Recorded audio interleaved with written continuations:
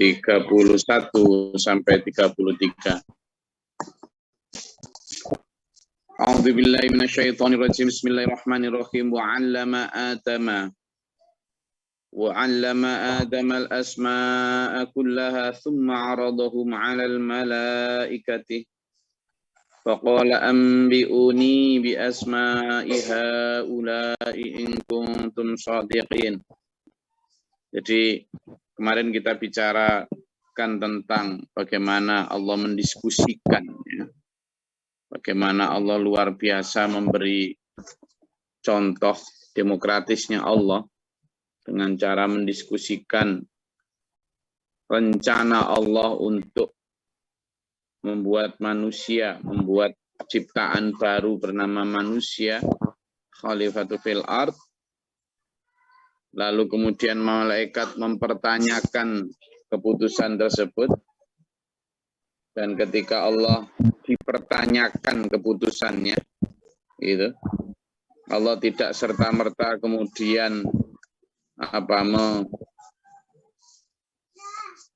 marah atau gimana, tidak, tapi memberi kesempatan kepada malaikat mengungkapkan alasannya. Nah, ketika diungkapkan bahwa manusia hanya akan membuat kerusakan di muka bumi, menumpahkan darah. Lalu Allah berfirman, ini a'lamu ma la ta'lamun. Aku tahu apa yang kamu tidak tahu. Maka kemudian Allah tidak hanya berfirman begitu, tapi membuat pembuktian.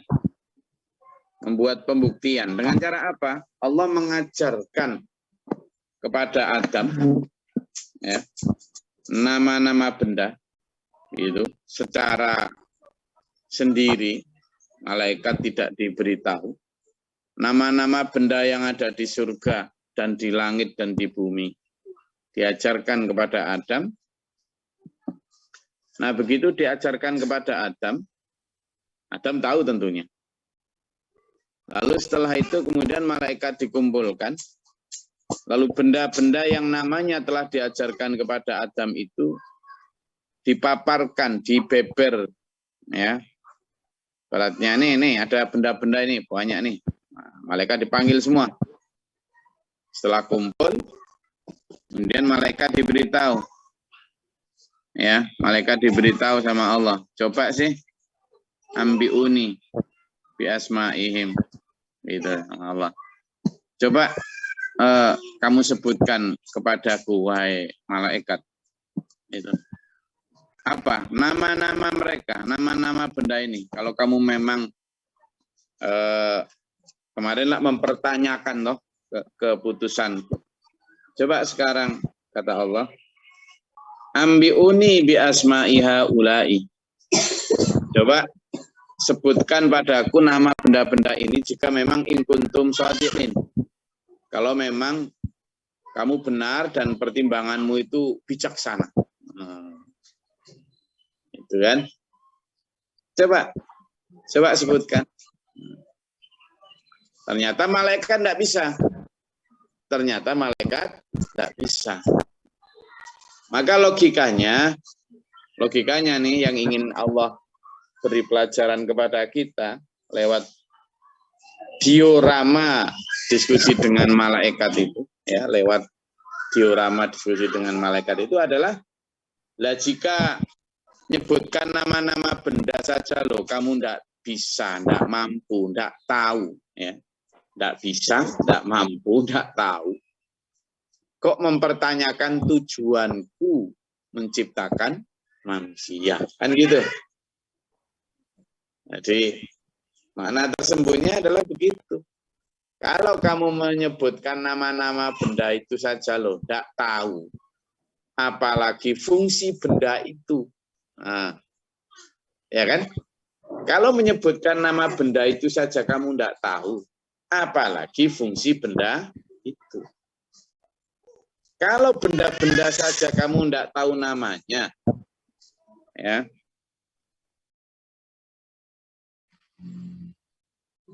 Kalau menyebutkan nama benda itu aja nggak tahu, lalu fungsi benda itu nggak tahu, apalagi fungsi Adam.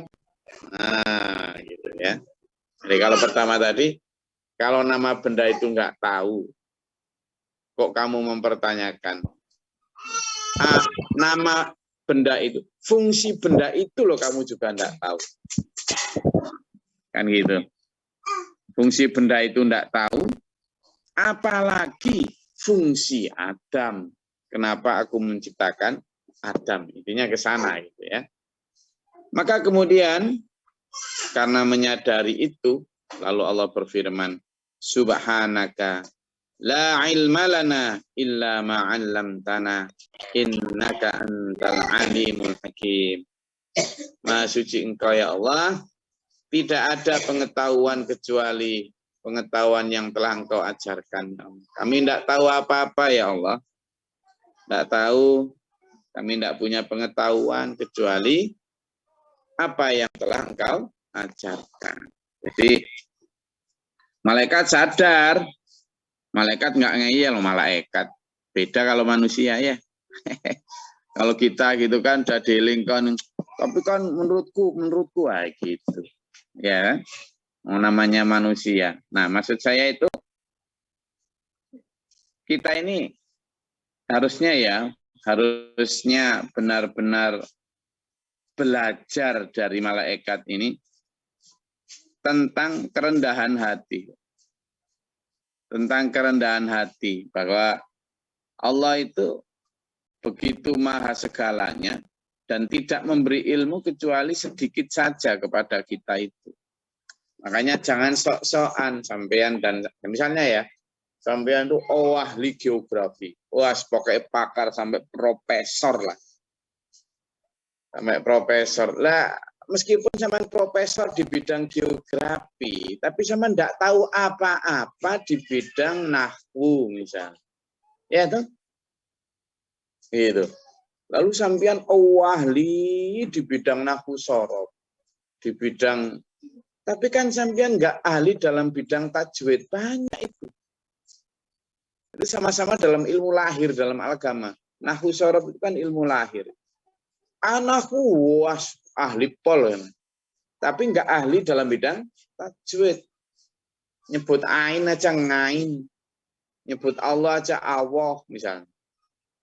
Tapi sampean ahli dalam bidang tafsir, ya kan? Tafsir ahli wis pokoknya.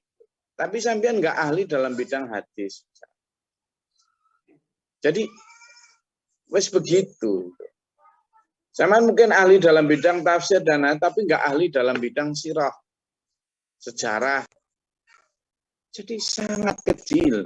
Belum lagi kalau sampean ahli dalam bidang tafsir, jadi kiai terkenal, gus terkenal, tetapi sampean tidak tahu apa-apa tentang manajemen organisasi. Tak tahu. Suruh terangkan manajemen, tidak bisa. Gitu kan? Sampean pinter dalam manajemen organisasi, tapi tidak tahu apa-apa dalam ilmu marketing. Gitulah. Nah, ada yang profesor, bukunya banyak di bidang marketing, tapi bahkan disuruh jualan tidak bisa. Wali kalau disuruh ngupas tentang teori marketing. Jadi bahkan orang yang profesor di bidang astronomi itu utek encernya setengah mati, suruh bikin pentol nggak bisa, cilok gelap nggak bisa, ya. Berarti ilmu manusia itu sangat sedikit dan kita diajarkan oleh malaikat untuk menjadi orang-orang yang apa? Benar-benar merendahkan hati, jangan sombong. Jangan sombong, ya. Kenapa? Karena kalau kita sombong, ya dapatnya ya kayak gitu, jadinya kayak setan, iblis. Makanya kita bisa memilih tuh, menjadi setan atau menjadi iblis atau menjadi malaikat. Itu bisa memilih kita. Memilih, ya pilihannya itu tadi. Apakah kita mau menyadari kesalahan atau tidak? apakah kita mau merendahkan hati atau tidak. Itu menjadi iblis dan menjadi malaikat itu gampang. Gampang, kita sendiri yang bisa, ya. Yang bisa menyadarkan diri kita itu kita sendiri, bukan orang lain. Hanya di situ ketika malaikat kemudian tahu ketidakmampuannya, langsung ngomong subhanaka la ilma lana illa ma 'allamtana innaka antal alimul hakim, ya. Dijelaskan dengan gamblang itu menjadi pelajaran buat kita semua bahwa ternyata yaitu tadi tidak boleh kita kemudian dengan serta-merta karena kecilnya pengetahuan kita lalu tidak setuju ini, tidak setuju itu, gitu. Jadi pengetahuan itu sedikit sekali. Coba dibuka di surat Al-Isra, ya, bahwa Allah memberi pengetahuan kepada manusia itu sebenarnya sedikit sekali, yaitu tadi. Coba dibuka di surat Al-Isra, ayatnya ke-85. Ampun, ketemu?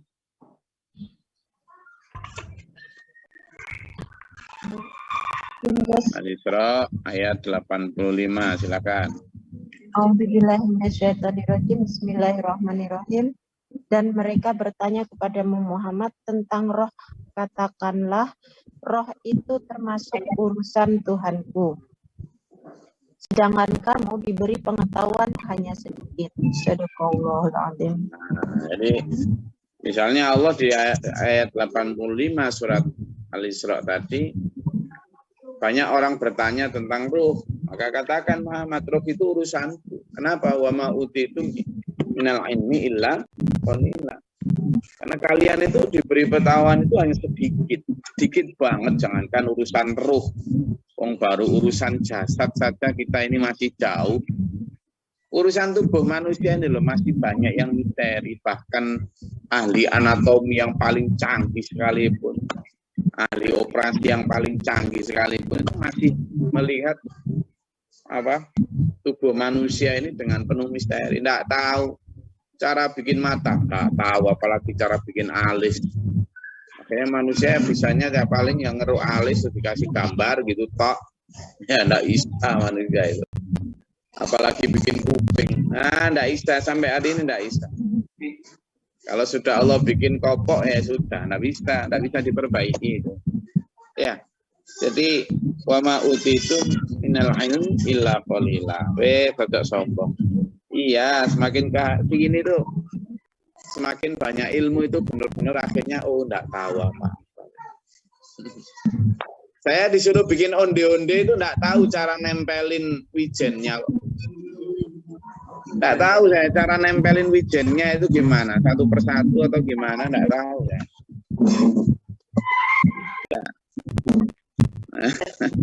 Tidak tahu cara bungkus lemper aja tidak tahu saya. Iya, sama kemarin waktu acara Isra Mi'raj itu kan di spanduknya ditulis itu DR Haji Glory Islamic SAG MSI Kiai Haji opo ae enggak tahu itu. Lalu pembawa acaranya juga gitu. Gus Haji dokternya dibanterkan gitu.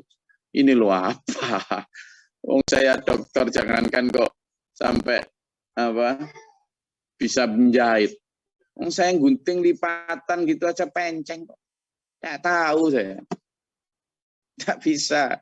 Jahit itu saya tidak bisa. Saya pernah nyoba jahit itu jadinya benangnya itu keseripet-seripet nggak karu-karuan gitu. Perasaan kok bisa nggak mandek gitu. Saya mandek belum jahit itu dulu ya. Tidak bisa. Ilmu agama pun ya saya seadanya saja. Kalau disuruh ngapalin ribuan hadis juga nggak bisa. Dalam hal ilmu nahwu shorof ya seadanya saja saya. Ada yang ahli, sangat ahli, jauh lebih ahli dari saya. Nah, artinya apa? Ayo kita ini, belum lagi kalau ilmu jual beli mobil, tidak ada apa-apanya. Saya sama seseorang itu. Tidak ada apa-apanya, wis lah. Apalagi dalam hal ilmu bikin sandal dan jualan sandal. Tidak ada apa-apanya. Nggak ngerti saya. Jadi ilmu kita terbatas, Pak Majukan. Mau ngomong apa? Nanti dulu toh mikrofonnya. Jadi itu artinya kita ini sangat terbatas dalam hal ilmu. Sedikit banget. Saya niru malaikat itu loh. Lalu subhanaka la ilma lana illa ma'allamtana ya Allah innaka antal alimul hakim. Lalu Allah berfirman, qala ya Adam. Ya Adamu ambihum bi asma'im. Coba kamu ajarin tuh malaikat tuh. Wah, Adam kemudian mengajarkan. Falamma amba'ahum bi asma'ihim. Kemudian setelah diajarkan semua, Allah baru melehno. Apa bahasa Indonesianya melehno itu? Kalau Allah berfirman, alam aqul lakum inni a'lamu ghaibas samawati wal ardi wa a'lamu ma tubduna wa ma kuntum taktumun. Kan sudah tak bilang kamu wahai para malaikat tadi bahwa aku tahu apa yang kamu tidak tahu, aku tahu apa yang ada di langit dan di bumi, aku tahu apa yang kamu sembunyikan maupun yang kamu lahirkan. Yang nyata Tuhan.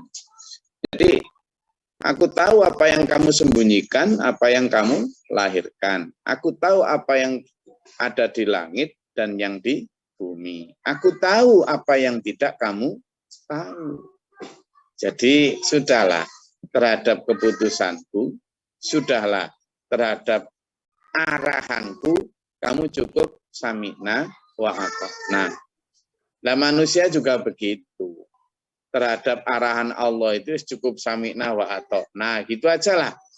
Disuruh bertutup aurat, sami'na wa ata'na. Gitu aja lah. Nggak usah, wah tapi ini kan menurut adat, wah tafsirnya ini kan begini. Tapi ini kan begitu. Tapi kan ini yang tergantung, yang penting akhlak. Halah. Sambian niku wong ahli tafsir kok malah menjauhkan diri dari makna sesungguhnya hanya karena tidak cocok dengan nafsu loh. Ya foto sambian. Ayolah, jangan menafsiri hukum Allah itu dengan nafsu. Benka ini kan yang cocok dengan nafsu kan memang manusia yang nggak usah tutup aurat toh. Lalu sampean carikan dalil, pembenar, logika agar cocok, gitulah. Demikian pula tradisi-tradisi yang bertentangan yang dulu sudah dihapus oleh Rasulullah, sampean cowarikan dalil-dalilnya lagi biar sesuai. Pokoknya firman Allah itu dinegosiasikan lah, ya kan? Firman Allah itu dicarikan pembenar-pembenar biar nggak begitulah artinya. Nah ini jadi ilmu yang akhirnya justru membawa manusia jauh dari kebenaran. Man izdada ilman lam yazdad hudan illa bu'dan. Jadi man izdada ilman, barang siapa yang bertambah ilmunya tetapi tidak bertambah hidayah, lam yazdad hudan, maka illa bu'dan, hanya akan makin jauh dari kebenaran, jauh dari Allah, jauh dari kebaikan. Itu. Karena itu, wis sampean kalau tambah ilmu, ya ayo ditambahi dengan kebaikan, dengan hidayah, minta kepada Allah. Ya. Saya rasa itu. Monggo kalau ada yang mau disampaikan terkait dengan ayat ini. Monggo.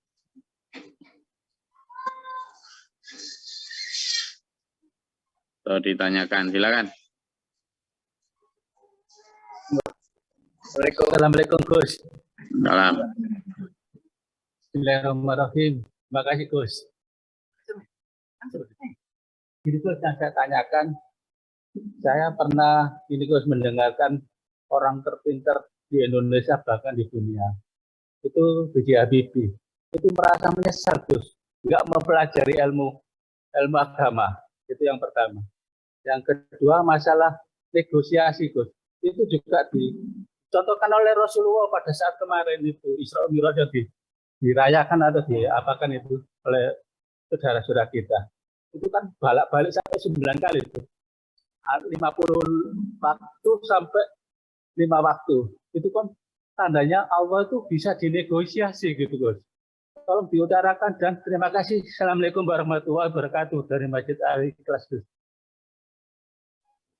Ya, tentang B.J. Habibie, saya nggak tahu itu biasanya viral itu, tapi dalam tulisan itu ya, tidak dalam rekaman suara. Saya nggak tahu apakah itu B.J. Habibie benar atau enggak, tapi yang jelas orang kalau menyesal tidak mempelajari agama ya harusnya semua orang ya menyesal ya. Tapi kalau menyesal ketika hidup itu keliru. Karena apa? Karena masih ada kesempatan. Jadi nggak usah menyesal, nang diperbaiki gitu aja.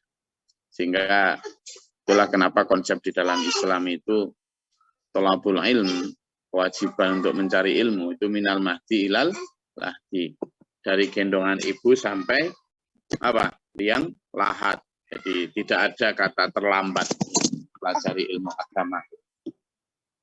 Tidak ada kata terlambat untuk mempelajari ilmu agama. Nah, ketika ilmu agama itu menjadi bagian penting fondasi sebenarnya, ya, fondasi untuk mempelajari ilmu lain. Bukan berarti ilmu lain tidak penting, tapi ilmu lain itu menjadi ini. Yang kedua, tentang negosiasi. Sebenarnya bukan negosiasi, itu hanya kejadian di alam sana ya, di alam langit sana yang kita tidak tahu bagaimana itu. Itu memang Allah sudah juga jelas mengatur senario ketika Rasulullah bertemu dengan Nabi Musa berkali-kali seperti itu. Itu sebenarnya Allah sedang ingin menunjukkan kepada kita bahwa betapa Allah menyayangi kita.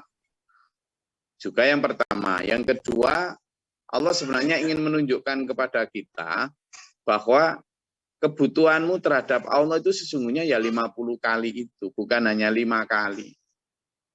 Sehingga meskipun dinegosiasikan lalu akhirnya jadi 5 kali, tapi Allah tetap memberikan kepada kita untuk mencapai derajat 50 kali itu. Dengan cara apa? Memberikan syariat tentang ibadah sholat sunat. Gitu. Makanya ibadah sholat sunat kita itu, kalau kita hitung ya hampir sama itu. Ketika kita mau tidur setelah sholat isya, kan kita juga dianjurkan, kalau kamu nanti nggak khawatir nggak bisa bangun lagi, ya, akhiri dengan sholat witir. Kan? Sholat witir adalah 3 kali. Kalau itu kita gabungkan dengan tahajud, kita udah 11 kali. Malam tahajud itu waktu lagi. Nanti setelah tahajud, witir itu. Lalu setelah witir ada sholat fajar. Setelah sholat fajar, kita kemudian sholat subuh didahului dengan qobliyah. Qobliyah sunnah lagi. Fajar sunnah. Setelah subuh tidak ada sholat sunnah ba'diyah, tetapi nanti ada sholat syuruk. Ya kan? Itu. Ada yang menyatakan sholat syuruk yang kemarin kita bahas itu. Setelah subuh itu bukan setelah subuh pas, tapi ketika matahari sudah mulai terbit. Saya mengatakan itu ya barengan dengan sholat. Lalu sholat duha, nanti 8 sampai 12 rakaat. Setelah itu nanti zuhur, ada qobliyah, ada ba'diyah. Setelah itu asar, ada qobliyah, meskipun ada ba'diyah. Setelah itu maghrib, nggak ada qobliyah, tapi ada ba'diyah. Setelah itu isya, ada qobliyah, ba'diyah. Coba dihitung itu. Nah itu sebenarnya meskipun berhasil dinegosiasikan, sebenarnya bukan karena berhasil dinegosiasikan. Ya Allah memang mensenario hanya 5 karena sesuai kemampuan. Cuma untuk sampai di 5 itu, ya harus melalui sesuatu yang bisa menjadi pelajaran untuk manusia dengan cara Allah mempertemukan Nabi Muhammad SAW dengan Nabi Musa.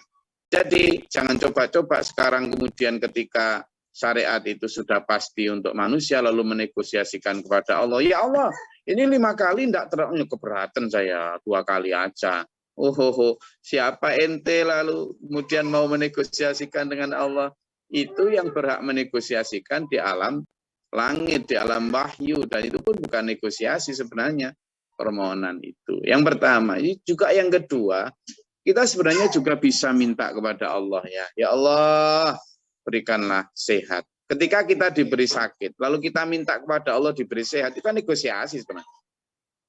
Kenapa kita enggak diberi sakit, is nak popong, diberi Allah sakit, is terima aja lah. Kenapa enggak gitu? Ini kan bentuk negosiasi kita kepada Allah. Iya kan? Sampean dikasih rezeki sehari 100.000. Sampean nak minta tambahan, ya. Semua dulur-dulur sini. Ya Allah, berikanlah rezeki aku 2 juta, kan gitu ya. Lo negosiasi toh. Mau dikasih 100, minta 2 juta, kan gitu. Gitu. Jadi sebenarnya bukan negosiasi, tetapi permohonan. Beda ya, kalau negosiasi itu sesuatu yang sifatnya kayak sejajar gitu. Tapi kalau permohonan kepada Allah itu sifatnya dari yang hamba kepada pencipta, dari yang bawah kepada yang di atas. Jadi kalau negosiasi itu sejajar, kalau permohonan kayak itu. Dan permohonan ya bisa ditolak, bisa ditolak gitu kan. Ya kayak Allah, Rasulullah ketika permohonan kepada Allah untuk menyelamatkan Abi Thalib, pamannya yang sangat dicintai, ya ditolak sama Allah. Ya kan? Berarti nggak ada negosiasi dengan Allah itu. Nggak ada.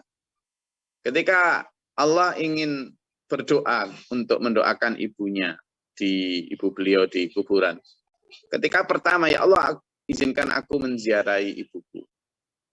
Diizinkan sama Allah. Lalu begitu nyampe di kubur beliau, kemudian Allah Rasulullah minta, ya Allah, izinkan aku berdoa untuk ibuku. Kata Allah, enggak. Nah, berarti kan nggak diizinkan. Jadi itu bukan persoalan negosiasi, tapi permohonan. Ada yang dikabulkan, ada yang tidak. Sama aja. Jadi ketika di akhirat juga, di alam Isra Mi'raj juga begitu. Itu bukan negosiasi, tapi permohonan. Ya. Saya rasa itu. Moga ada lagi?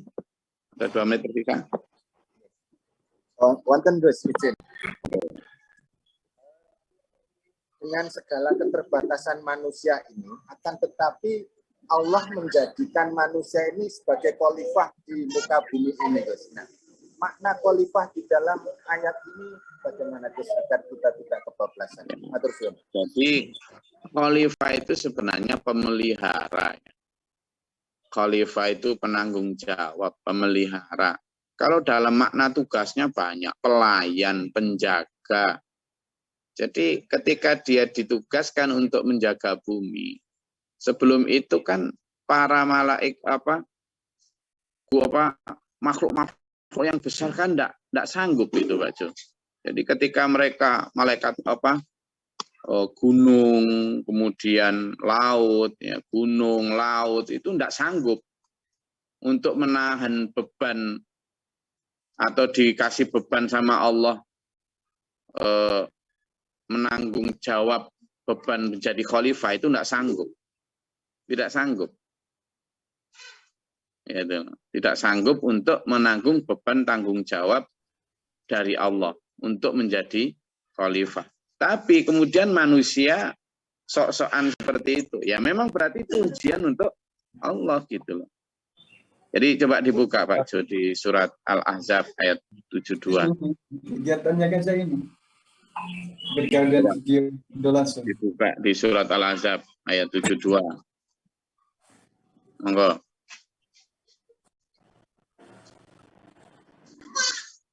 Ketemu Pak Jo?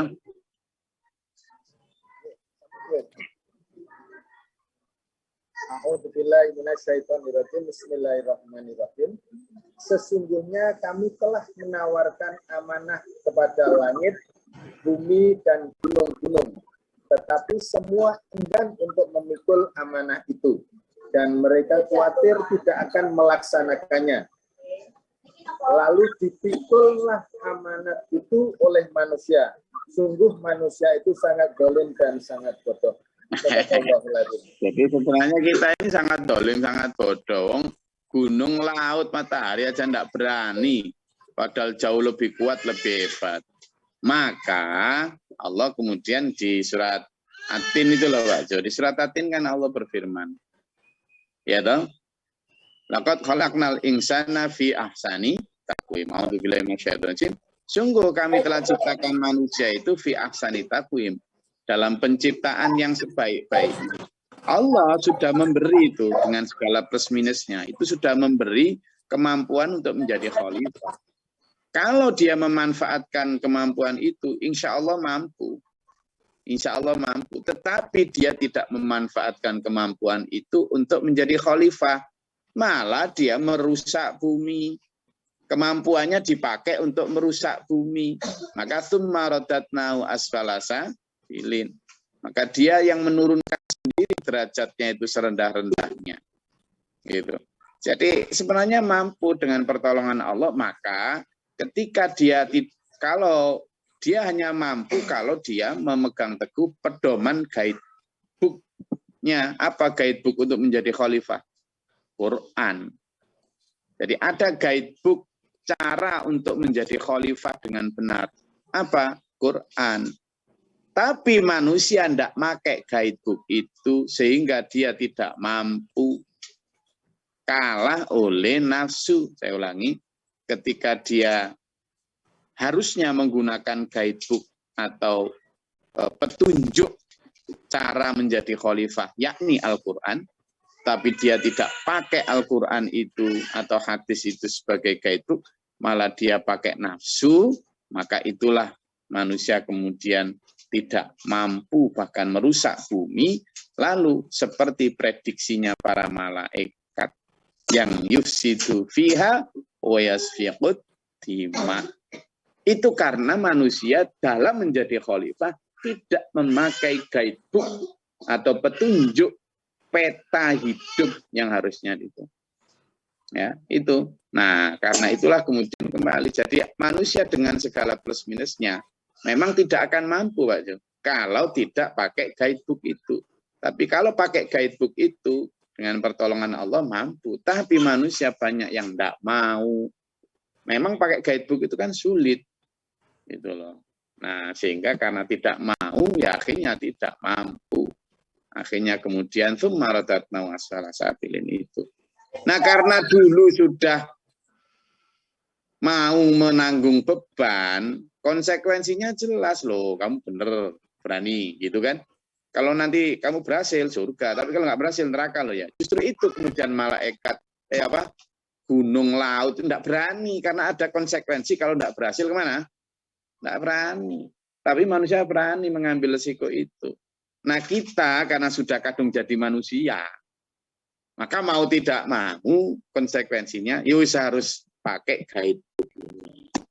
Makanya sampean tiap subuh tak ajak baca guidebook kita biar bisa menjadi khalifatul fil ardh.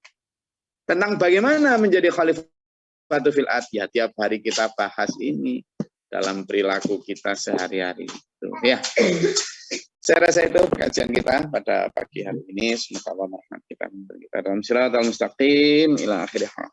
Amin. Allahumma shalli wa sallim barik. Allahumma fil mu'minin wa Allahumma atina fi man hadayta wa afina fi man tawallana wa tawallata wa barik lana fi ma atayta wa qina syarra ma qadayta. Taufiq wa atubu ilaik. Allahumma